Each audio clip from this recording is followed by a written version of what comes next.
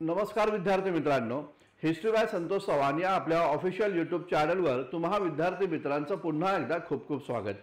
मित्रांनो, governor general आणि व्हाईसरॉयची जी lecture series आपली या ठिकाणी सुरू आहे, तर त्या लेक्चर सिरीजमध्ये आजच्या या सेशनमध्ये आपण लॉर्ड एम्हर्स्ट यांच्याबद्दलची माहिती या ठिकाणी जाणून घेणार आहोत. लक्षात घ्या मित्रांनो, लॉर्ड हेस्टिंग आणि त्याचबरोबर विल्यम बेंटिंग यांच्या दरम्यानचा हा गव्हर्नर जनरल या ठिकाणी आहे. याचा कार्यकाळ जर आपण पाहिला तर 1823 पासून ते 1828 पर्यंतचा या ठिकाणी मानला जातो. जनरली अभ्यास करत असताना विद्यार्थी मित्रांना लॉर्ड हेस्टिंगची कारकीर्द माहिती असते आणि विल्यम बेंटिंगची देखील या ठिकाणी माहिती असते, परंतु लॉर्ड एम्हर्स्टला विद्यार्थी मित्र सर्रासपणे या ठिकाणी विसरून जातात. मात्र याचा कार्यकाळ अत्यंत महत्त्वाचा या ठिकाणी मानला जातो, कारण याच्या कार्यकाळामध्ये इंग्रज ब्रह्मदेश पहिलं युद्ध झाल्याचं देखील या ठिकाणी पाहायला भेटतं.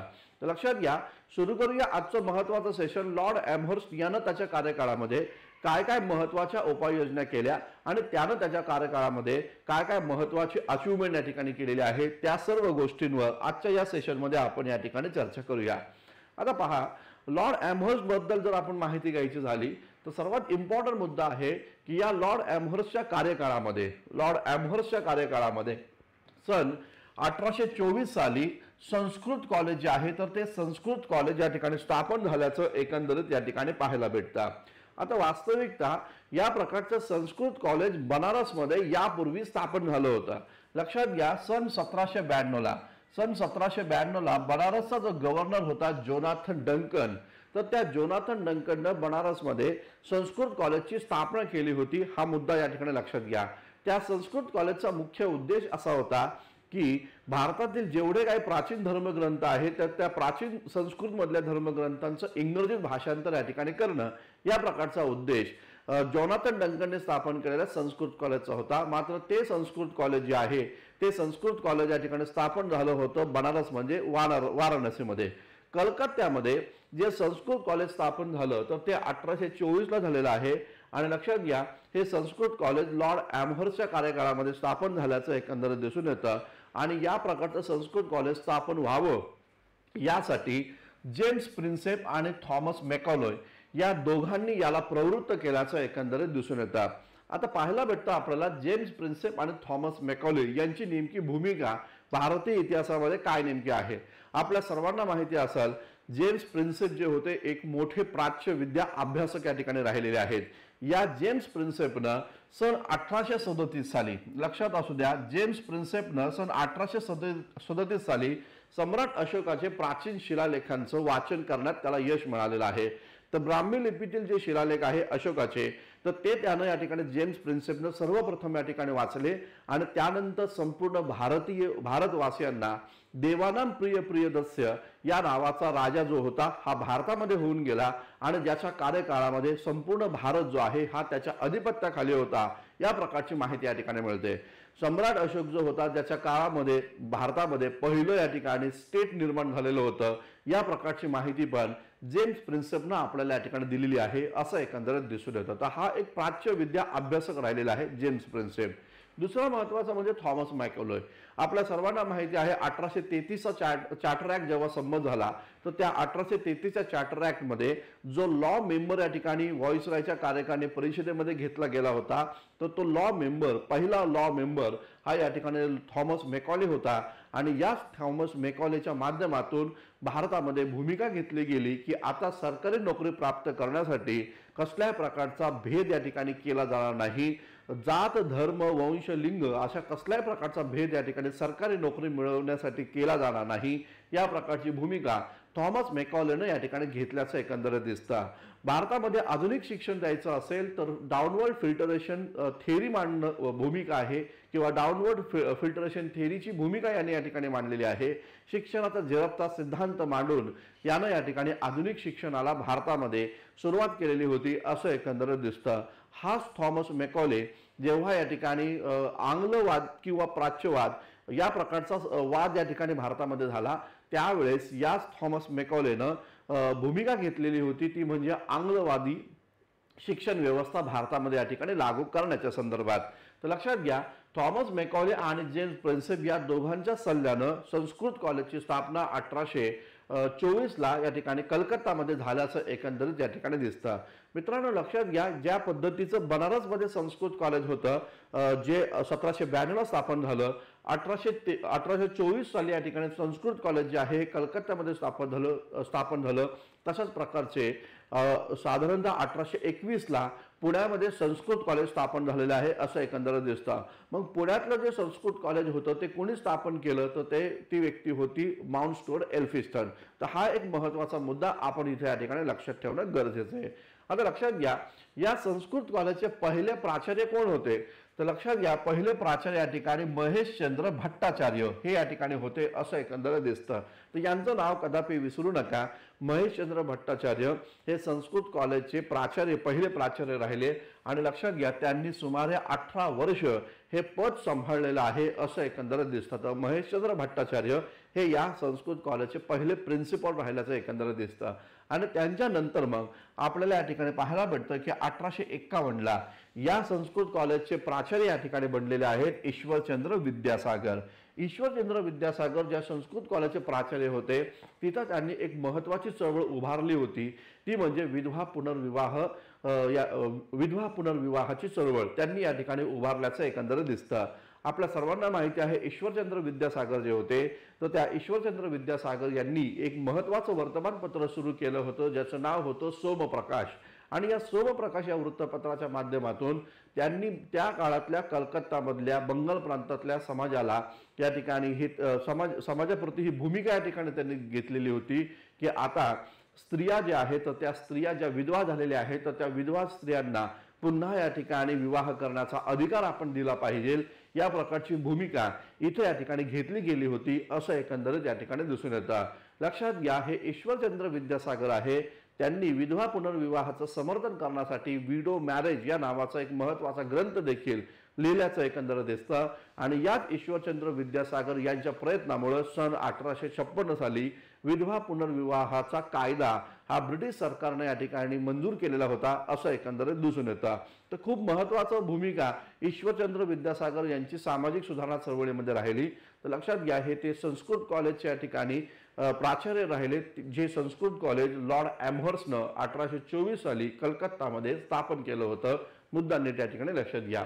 आता याच बरोबर पाहायला असं भेटतं, या लॉर्ड एम्हर्सच्या काळामध्ये सन 1824ला बराकपूर छावणी जी आहे तर त्या बराकपूर छावणीमध्ये सैनिकांचा विद्रोह या ठिकाणी झाल्याचं एकंदरीत दिसतं. लक्षात घ्या, हा भारतातला सैनिकांचा पहिला विद्रोह मानला जातो. बराकपूर छावणीमध्ये 1824 साली झालेला विद्रोह. आता इथं पाहायला भेटतं की हा विद्रोह नेमकं होण्यामागचं नेमकं कारण काय होतं, तर लक्षात घ्या लॉर्ड एम्हर्सच्या कार्यकाळामध्ये इंग्रज ब्रह्मदेश युद्ध या ठिकाणी सुरू झालेलं होतं. 1824 पासून ते 1828 पर्यंतचं हे युद्ध आपल्याला या ठिकाणी पाहायला भेटतं. 1824 ते 1826 दरम्यान हे युद्ध झालं आणि या युद्धाचा शेवट जर आपण या ठिकाणी पाहिला तर या युद्धाचा शेवट हा यान्बू करारानं झाल्याचं एकंदरीत या ठिकाणी दिसतं.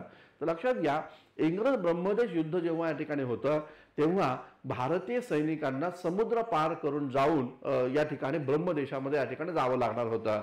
आणि म्हणून मग भारतीय सैनिकांनी बराकपूर छावणीमध्ये उठाव केला होता की आम्ही या प्रकारे समुद्र पार करणार नाही आणि ब्रह्मदेशामध्ये जाणार नाही. कारण हिंदू धर्मशास्त्र या ठिकाणी भूमिका घेते किंवा हिंदू धर्मशास्त्राने या प्रकारची भूमिका घेतली होती की समुद्र पार करून जाणं हा एक धार्मिक गुन्हा आहे आणि म्हणून मग अशा प्रकारचा धार्मिक गुन्हा आम्ही या ठिकाणी करणार नाही, या प्रकारची भूमिका बराकपूर छावणीतील सैनिकांनी घेतल्याचं दिसून येतं. आणि म्हणून मग या लॉर्ड एम्हर्सच्या कार्यकाळामध्ये या प्रकारचा विद्रोह या ठिकाणी सैनिकांनी केला होता असं एकंदरीत दिसतं. साहजिकच इंग्रजांनी हा विद्रोह अमानुषपणे या ठिकाणी मोडून काढल्याचं एकंदरीत दिसून येतं. पाहायला भेटतं की याच्या कार्यकाळामध्ये लॉर्ड एम्हर्सच्या कार्यकाळामध्ये 1824 ते 1826 या दरम्यान एक अत्यंत महत्त्वाचं युद्ध झालं, ज्या युद्धाला आपण या ठिकाणी इंग्रज ब्रह्मदेश युद्ध या ठिकाणी म्हणतो. इंग्रज ब्रह्मदेश युद्ध होण्यामागचं कारण काय होतं, तर ब्रिटिशांचं साम्राज्य विस्ताराचं धोरण. इंग्रजांना भारताच्या शेजारी राष्ट्रांवर पण आपलं प्रभुत्व सिद्ध करायचं होतं आणि म्हणून यापूर्वी त्यांनी नेपाळसोबत युद्ध केलेलं होतं आणि आता त्यांची नजर ब्रह्मदेशावर या ठिकाणी गेल्याचं एकंदरीत दिसतं. इंग्रज ब्रह्मदेश यामध्ये 3 युद्ध झाले, त्यातलं पहिलं युद्ध लॉर्ड एम्हर्सच्या काळामध्ये लढलं गेलं. हा महत्त्वाचा मुद्दा आपण या ठिकाणी लक्षात घ्या. लक्षात घ्या, या युद्धाचा शेवट जो आहे त्या युद्धाचा शेवट यान्बू करारानं झाल्याचं एकंदरीत पाहायला भेटतं. आता हा जो यान्बू करार होता जो 1826 साली या ठिकाणी झाला, तर त्या कराराच्या काय काय महत्वाच्या अटी होत्या त्या आपल्याला माहिती करून घेणं खूप जास्त गरजेचं आहे. तर इथं आपल्याला पाहायला भेटतं जो दक्षिण ब्रह्मदेश होता, तर त्या दक्षिण ब्रह्मदेशच्या या ठिकाणी काही प्रांत होते ज्याला आपण तेनसरीन आणि त्याचबरोबर आराकान रांगा या ठिकाणी म्हणतो. तर तेनसरीन आणि आराकान प्रांत जे आहे हे आता ब्रिटिशांना जाऊन मिळालेले आहेत असं एकंदरीत दिसून येतं. या तेनसरीन आणि आराकान प्रांताच्या माध्यमातूनच अंदमान निकोबार जो भाग आहे हा ब्रिटिशांच्या ताब्यामध्ये आता आल्याचं एकंदरीत या ठिकाणी दिसून येतं. तर दक्षिण ब्रह्मदेशातील तेनसरीन आणि आराकान प्रांत हे आता या ठिकाणी ब्रिटिशांना मिळालेले आहेत असा महत्वाचा मुद्दा आपण इथे या ठिकाणी लक्षात घ्या. याचबरोबर आसाम प्रांत जो आहे जो भारतातला, याचबरोबर कच्छार भाग जो आहे, जयंतिका जो आहे आणि मणिपूर जो आहे, तर या प्रांतावर आता ब्रह्मदेशानं आपला हक्क सोडलेला आहे असं एकंदरीत दिसून येतं. म्हणजे आसाम आहे, कच्छार आहे, जयंतिका आहे आणि त्याचबरोबर मणिपूर हे प्रांत आता भारतामध्ये या ठिकाणी जॉईन झालेले आहेत, भारतामध्ये समाविष्ट झालेले आहेत असं एकंदरीत या ठिकाणी पाहायला भेटतं. तर हा एक महत्वाचा मुद्दा आपण या ठिकाणी लक्षात घ्या. तर या प्रांतावर ब्रह्मदेश आधी आपला हक्क सांगत होते, मात्र या युद्धाच्या शेवटामुळं किंवा या युद्धामध्ये आता ब्रह्मदेशाचा पराभव झाल्यामुळं यान्बू कराराच्या द्वारे आता हे प्रांत आता भारतामध्ये समाविष्ट झाल्याचं एकंदरीत या ठिकाणी पाहायला भेटतं. याचबरोबर ब्रह्मदेशमध्ये रंगून जे होतं, तर त्या रंगूनमध्ये ब्रिटिश सरकारनं आपली रेजिमेंट नियुक्त केल्याचं एकंदरीत या ठिकाणी दिसून येतं. तर रंगूनमध्ये बरेचसे 1857च्या विद्रोहामध्ये अटक झालेल्या कार्यकर्त्यांना अंदमान निकोबारमध्ये आणि रंगूनमध्ये देखील ठेवलं होतं असं आपल्याला या ठिकाणी दिसून येतं. तर रंगूनमध्ये ब्रिटिश सरकारने आपली रेजिमेंट जी आहे ती आता नियुक्त केल्याचं एकंदरीत दिसतं. आपल्या सर्वांना माहिती आहे की 1857च्या विद्रोहामध्ये जो मुघल बादशाह होता त्याचं नाव या ठिकाणी बहादूर शाह जफर आहे, तर त्याला आणि त्याच्या परिवाराला रंगूनमध्येच या ठिकाणी कैद करून ठेवलं होतं ब्रिटिशांनी असं एकंदरीत दिसतं. तर ते रंगून हे ब्रिटिशांच्या ताब्यात या प्रकारे 1826च्या यान्बू कराराच्या माध्यमातून आलं होतं असं एकंदरीत दिसतं. तर रंगूनमध्ये ब्रिटिश आता इथं रेजिमेंट नियुक्त करतायत असं एकंदरीत पाहायला भेटतं. याचबरोबर ब्रह्मदेशचा राजदूत जो आहे तर तो ब्रह्मदेशाचा राजदूत कलकत्त्याच्या दरबारामध्ये नियुक्त करण्यात आल्याचं देखील या ठिकाणी पाहायला भेटतं. तर हे सगळे जे करार होते हे यान्बू कराराचे महत्वाचे मुद्दे आपल्याला या ठिकाणी इम्पॉर्टंट आहे हे लक्षात घ्या. आता लक्षात घ्या सर्वात महत्वाचा मुद्दा काय आहे, तर लॉर्ड एमहर्स जो आहे तर त्या लॉर्ड एमहर्सनं तेनसरीन आणि आराकान प्रांत ब्रह्मदेशाकडनं जिंकून घेतल्यामुळं या लॉर्ड एमहर्सचा गौरव ब्रिटिश सरकारने या ठिकाणी केला अर्ल ऑफ आराकान या नावानं. तर काय अर्ल ऑफ आराकान या नावानं या ठिकाणी लॉर्ड एमहर्सचा गौरव केलेला आहे असं एकंदरीत दिसतं. ही पदवी त्याला दिलेली आहे असं एकंदरीत पाहायला भेटतं. तर आयोग तुम्हाला या प्रकारचा प्रश्न विचारू शकतो, अर्ल ऑफ आराकान या नावानं किंवा या पदवीनं संबोधित असणारा किंवा या पदवीनं गौरवित केलेला गव्हर्नर जनरल कोण होता, तर नाव त्याचं आहे लॉर्ड एमहर्स्ट हे या ठिकाणी लक्षात घ्या. या प्रकारे लॉर्ड एमहर्स्ट अत्यंत महत्वाचा या ठिकाणी गव्हर्नर जनरल आपल्याला पाहायला भेटतो की ज्याची डिटेल्सपणे माहिती आपण या सेशनमध्ये या ठिकाणी घेतली आहे. मित्रांनो लक्षात घ्या, हिस्ट्री बाय संतोष चव्हाण हे आपलं जे ॲप्लिकेशन आहे त्या ॲप्लिकेशनमध्ये महत्त्वाच्या बॅचेस आपल्या या ठिकाणी आहेत. यामध्ये एक अत्यंत महत्त्वाची बॅच जी राज्यसेवा आणि कंबाईनला एकत्रित करून या ठिकाणी तयार केलेली आहे. एक बॅच आहे जिचं नाव या ठिकाणी आपण बेसिक टू ॲडव्हान्स या ठिकाणी आहे. तर लक्षात घ्या, राज्यसेवा पूर्व आणि मुख्य परीक्षा 2024 साठी जे विद्यार्थी तयार करतायत तर त्या विद्यार्थी मित्रांसाठी ही अत्यंत महत्त्वाची बॅच आपण या ठिकाणी तयार केली आहे.